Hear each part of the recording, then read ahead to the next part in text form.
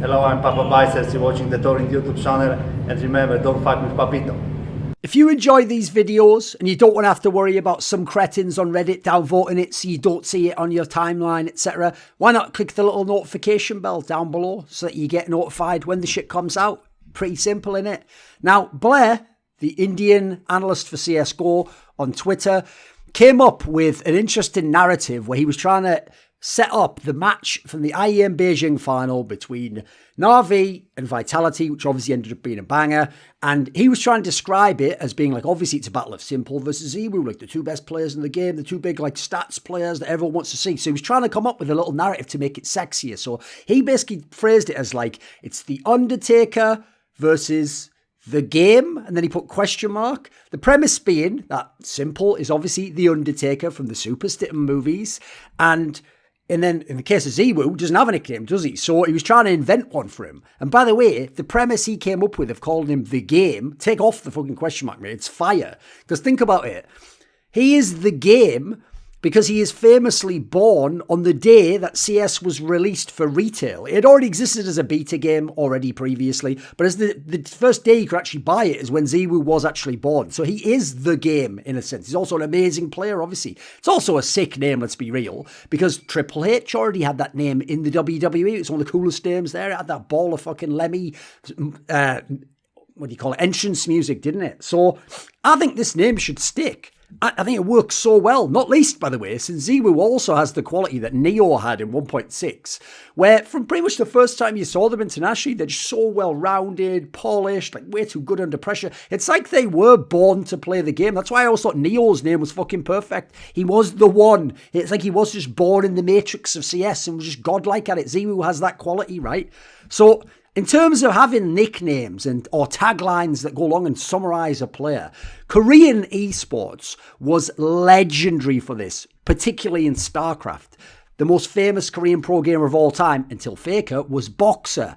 He was called the Emperor of Terran because of the way he transformed that race and made it the best one in StarCraft Brood War. Flash, probably the greatest StarCraft or RTS player ever. His original nickname when he was young was the Ultimate Weapon because he was just so fucking absurdly good as a teen that like his team even used him as like the weapon that just destroyed everyone within the Pro League. But then once he just became so absurdly good that the debate was, does he get to be a bonjour?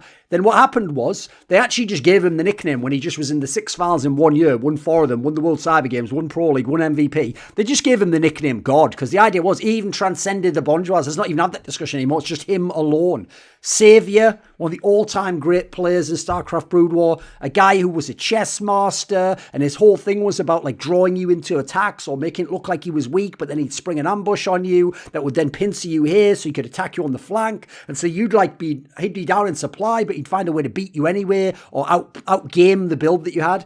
Well, his nickname, along with that, was the Maestro, which not only fit the idea of him as like this guy in front of an orchestra just making his troops go exactly where he wants, the timing's perfect, but it was even a sick pun on the fact that his real name is Ma Jae-yoon, so Ma is even written M-A-E, the same as the beginning of Maestro. What a incredible nickname. Most of these came from fans. A fan, essentially, it was like you were essentially crowdsourcing from the group mind of fans, the best possible nickname that they would then catch on, would fit to your style somehow, and then it would eventually make its way to the broadcast, to the journalists, etc.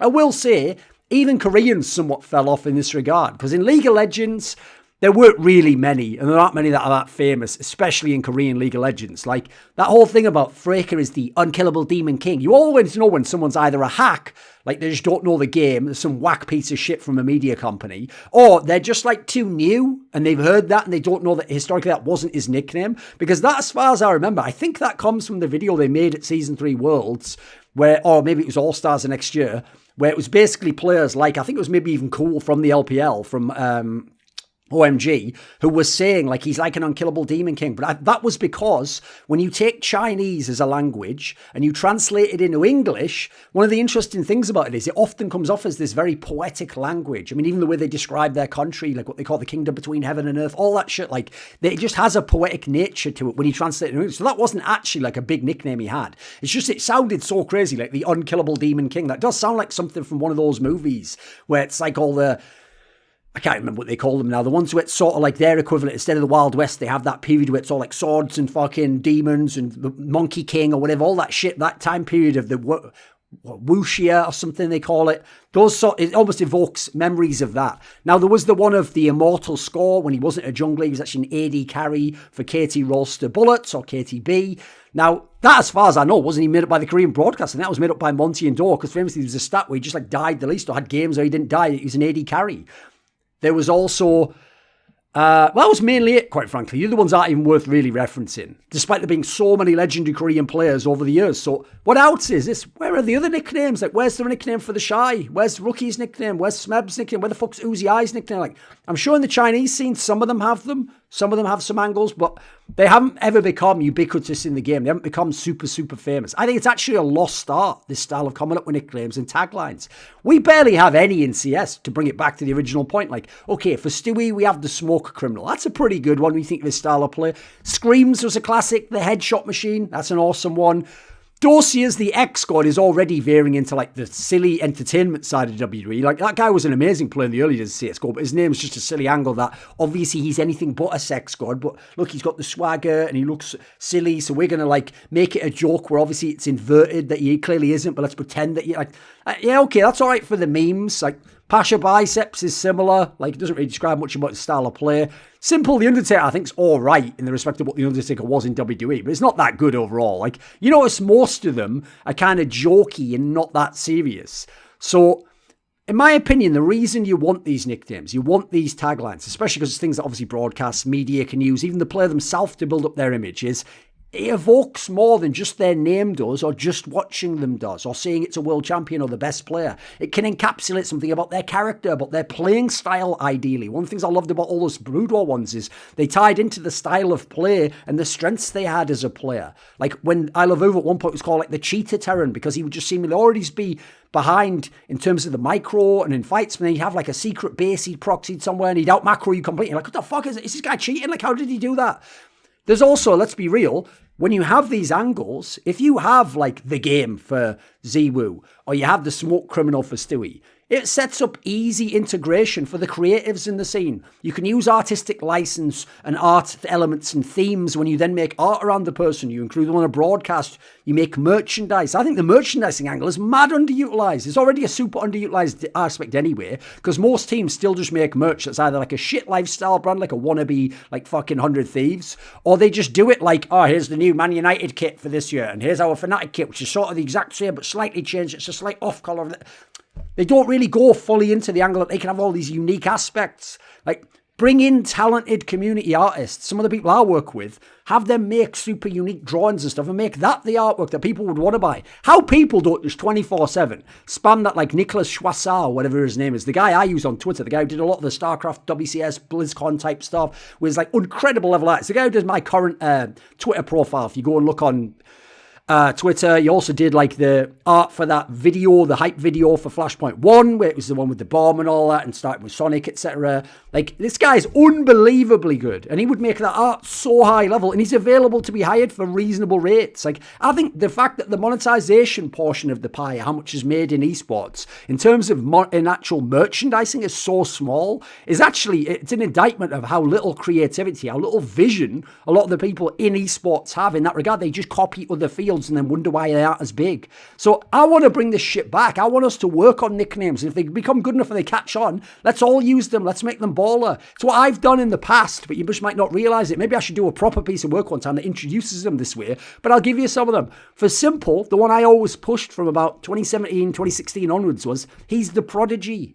He's the guy who was just unbelievably good, like world class pretty much, from almost the moment he stepped in the fucking server as a pro. From the moment he was on Hellraisers onwards, it was ridiculous. My tagline that people never use, it's straight fire. When the Boston Major result happened, right after I tweeted, and I was like, this is the miracle in mass, because it was in Boston, Massachusetts, and this impossible miracle of Cloud9 overcoming all those teams, beating the number one team at the time, beating them on their maps, in a fashion in overtime that you never could have predicted. That's a great name. That's like the miracle on ice. It's one of those moments that you remember forever, but it doesn't have the tagline to go with it. Nip Magic. There's a reason I came up with that, because that was when they weren't the best anymore, but they still had the clutch factor, and they still had veterans, and they had guys who'd overperform in a major or a big final, and so it wasn't Nip Magic. They could still summon up enough of the magic to maybe win that game or make it close in that particular sense.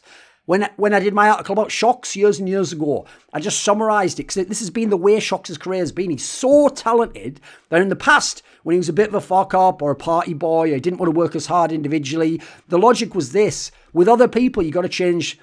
You got to say, you got to change again, mate, or the rules have to apply to you. But he was on some Dennis Rodman shit. So I said, it shocks his world. We just live in it. That's what it felt like back then in the French scene. And look at the way he has made the French scene dance to his merry jig. Kenny S was the better player for most of CSGO. And he was always the one following in Shocks' wake. It was always Shocks that determined the scene.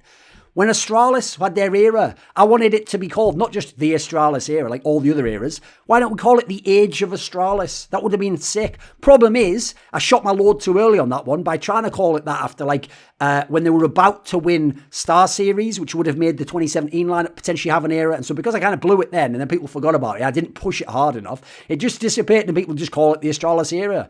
Cold's era, I thought the angle for him was mega. I came up with it, the Terminator. Because it's like the way he would just slowly grind you down, walk you down, keep coming, kill one person after another.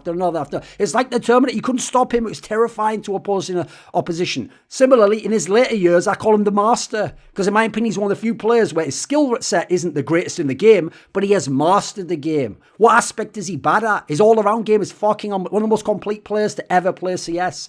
Similarly, I tried to use that term earlier because I wanted it called for Olaf Meister, because Meister basically is Master, right? So if we'd have called him the Master, due to his name and his impact in 2015, it would have perfectly fit. His problem is he didn't stay long enough as a great player. He had an amazing peak and then he dropped off because of his injuries, because of other factors.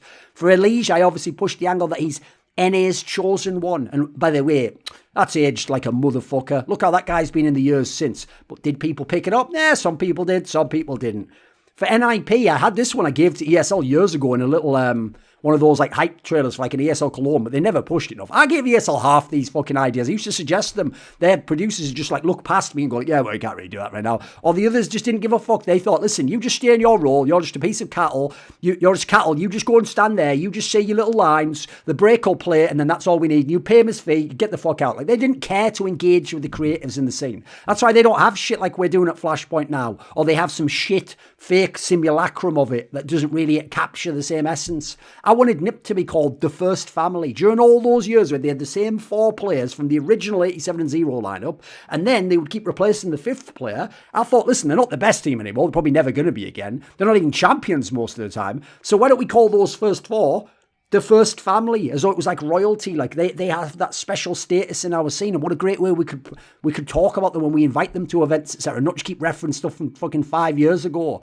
So there is so much more can be done in esports in this regard that is unexplored. I mean, even on the artistic side, in terms of writing, people don't do this. Like, I'll link a piece in the description box below I wrote about JW, where I intentionally, I won't explain how, basically went into a different state of consciousness, and I just freed myself from all cultural conditioning, stereotypes, like expectations, like taboos, and I just did this pure outpouring of like stream of consciousness involving magical realism aspects. And I know some people are going, what the hell is this? It ain't for you then, mate. Don't you worry about it. It's the same reason why if you watch like a David Lynch or Terry Gilliam movie, you're going to be like, that's weird. Why was that thing flying? It's not even possible. And it was obviously just in his head. Like, it ain't for you, my dude. You just ain't going to enjoy it. You wouldn't enjoy a movie like The Fall. You wouldn't be able to handle what's going on. But for people who can go with me, who can buy the ticket, take the ride, fans of Thomas Pynchon or something, it's going to take it to another level. It's potentially going to be something truly artistic. And I'm going to explore some of these things in the future.